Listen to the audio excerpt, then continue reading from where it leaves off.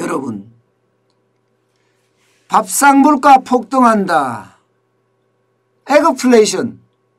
쉽게 말하면 밥상 물가가 너무 많이 올라서 인플레이션으로 발전하는 이 에그플레이션도 코앞에 와 있다. 뭐 이런 이야기까지 계속 나오고 있습니다. 당장 여러분 이 공깃밥 파동 아시죠? 아마 많은 가게들이 이제 공깃밥을 1,000원이 아니라 1,500원까지 올릴 것 같습니다. 나도 공깃밥 가격 올려야 되겠다 이렇게까지 이야기하니까요. 단순하게 제가 쌀값만 봤어요. 왜 그만 공깃밥을 올리느냐? 못 버티는 것도 못 버티는 거지만 쌀값도 너무 많이 올랐어요. 이게 쌀이라는 것도 농민 정책에 마구 퍼주는 것들이 많잖아요. 저도 농민의 아들이지만 순전히 시장 가격에만 맡겨놓을 수는 없는 것도 맞아요. 그렇지만 너무 많은 과보가 일어나면요. 거기에서 오히려 이상현상이 나옵니다. 요즘 쌀값이 20%나 폭등했는데 2021년 2월에 보면 쌀 20kg 한 가머니가 64,454원이에요. 굉장히 많이 올랐어요. 20% 30% 올라갔습니다. 이러니 어떻게 되겠어요? 식당에서 올릴 수밖에 없겠죠. 가격을 올릴 수밖에 없습니다. 그런데 공깃밥 인상은 세 발의 피라는 거예요. 쌀값만 오르는 게 아니라는 사실이에요. 쌀값만. 곡물 가격도 엄청나게 오릅니다. 2월 17일 기준입니다. 대두 전년 대비해서 55% 올랐습니다. 밀 13% 올랐습니다. 옥수수 44% 올랐습니다. 그러면 대두나 밀, 옥수수를 쓰는 데는 어떻게 될까요? 다 올리겠죠. 다 올릴 수밖에 없어요. 안 올리면 그만큼 잘못하면 적자까지 나는데요. 그러니까 너도 나도 올리자. 너도 나도 올리자. 지금 올리지 않으면 안 된다. 파리바게뜨 같은 경우는 빵 가격을 평균 5.6% 올렸습니다. 샘표는요. 통조림을 와우 엄청나게 많이 올렸습니다. 35% 올렸습니다. 풀무원은 두부나 콩나물 이거 완전히 서민 음식인데 10%에서 14% 올렸습니다. 롯데칠성은 음료를 7% 올렸습니다. 제일제당 즉석밥을 6 내지 7% 올렸습니다. 어디 이것뿐입니까? 안 오른 게 없다고 이야기할 정도로 다 올렸습니다. 오뚜기도 오뚜기밥 올렸죠. 7%나. 동원 F&B도 마찬가지입니다. 생쿡 역시 11% 올렸습니다. 11%. 이게 여기서 끝나는 것으로 멈추는 게 아니에요. 여기서. 이제는 가공식품까지도 지금 점점 올라가요. 맥도날드 가격 다 올린다고 그러죠. 전체적으로 2.8% 올린다고요. 전체적으로 2.8%. 근데 그 이유가 보면 가격이 너무 급등했고 최저임금이 너무 많이 올라서다. 이렇게까지 이야기합니다. 치킨업계 올릴 수밖에 없다고 이야기해요. 조류 인플루엔자 때문에 난리가 났다. 공급에 차질이 난다. 올린다. 이렇게 이야기합니다.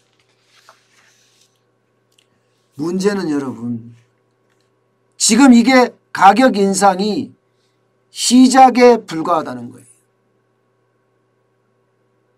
앞으로 가격 인상은 엄청나게 올라갈 거라는 겁니다. 엄청나게.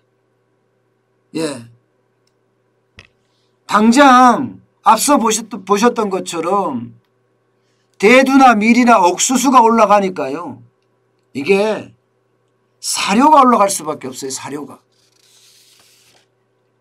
대두나 밀이나 옥수수 이걸 갖고 사료를 많이 만들잖아요. 그러면 어떻게 될까요? 돼지고기 값, 소고기 값은 어떻게 될까요? 조만간 급등할 것으로 그렇게 예상돼요. 이제 돼지고기, 소고기도 마음대로 못 먹는다는 이야기예요. 어디 그뿐이에요? 우유는요. 우유 가격도 올라갑니다. 지금 농산물 가격도 엄청나게 올라가고 있잖아요. 농산물 가격도 엄청 올라가고 있으니 앞으로 가격이 계속해서 올라가는 것은 어쩌면 당연한지도 모르겠어요. 당연한지도.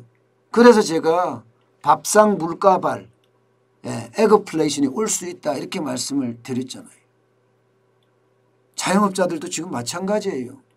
저도 가격 올립니다 이렇게 이야기하는데 사실 이게 밤거리를 보면 손님이 없어요. 손님이 없는데도 가격을 올릴 수밖에 없다. 적자 보고는 할 수가 없으니까. 물가가 너무 많이 오르기 때문에.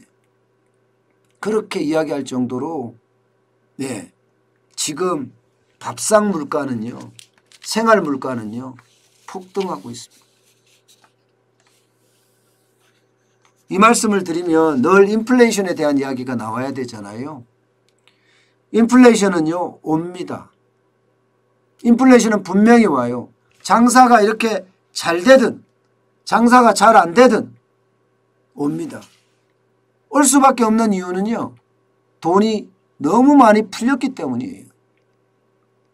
대한민국뿐만 아니라 전 세계적으로 돈을 엄청 풀었거든요.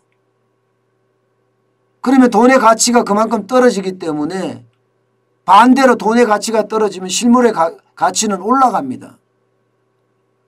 가만히 있는 것만 하더라도 사실은 올라가는 거나 진배 없는 거죠. 그러면 실물의 가격이 올라가면 이게 이제 인플레이션 전조가 되는 겁니다. 당분간은 대한민국의 디플레이션에 대한 이야기가 계속 나올 수도 있습니다만은 이제 그 이야기는 쑥 들어갔죠. 오히려 리플레이션, 정상적인 물가 가격과 물가 상승과 정상적인 경제성장이다. 이렇게 말하는 사람들도 있습니다. 그러나 돈을 워낙 많이 풀었기 때문에 이게 하이퍼 인플레이션, 쉽게 말하면 거대 인플레이션도 조짐을 나타낼 수가 있다. 어디 발? 원자재 발. 원자재 가격이 오르기 때문에 인플레이션도 더 빨리 올 수 있다. 이런 얘기입니다. 결국 사람들은요. 전부 이야기하기를 실물을 사자 해요. 그중에서도 대표적인 게 요즘 실물의 대표적 이게 비트코인 암호화폐가 아닌가 싶어요. 그 정도로 많은 사람들이 암호화폐 쪽으로 몰리거든요. 인플레이션이 많이 될 거라고 생각하니까 암호화폐는 가격이 연일 치솟고 있잖아요. 물론 앨런 머스크나 이런 테슬라의 CEO죠. 이런 사람들의 어떤 이야기가 시장에 영향을 줬기 때문이다. 이렇게도 이야기를 하지만 기본적으로는 인플레이션 해지를 해야 되는데 부동산으로 할 거냐? 불안해. 금으로 할 거냐? 고리타분해. 전통적이지가 못해. 주식으로 할 거냐? 떨어지면 어떡해? 그러니 비트코인으로 간다. 뭐 이렇게까지 이야기하는 사람들도 있을 정도예요. 어쨌든 전 세계적으로는 인플레이션에 대한 우려, 심지어는 인플레이션에 대한 공포가 상존하고 있다. 이것은 분명한 사실입니다. 때문에 자영업자들도 아마 가격을 계속 올릴 거다. 공깃밥뿐만 아니라 국밥값도 올리고 돈가스 값도 올리고 그렇게 될 가능성이 크다. 그렇게 저는 보고 있습니다.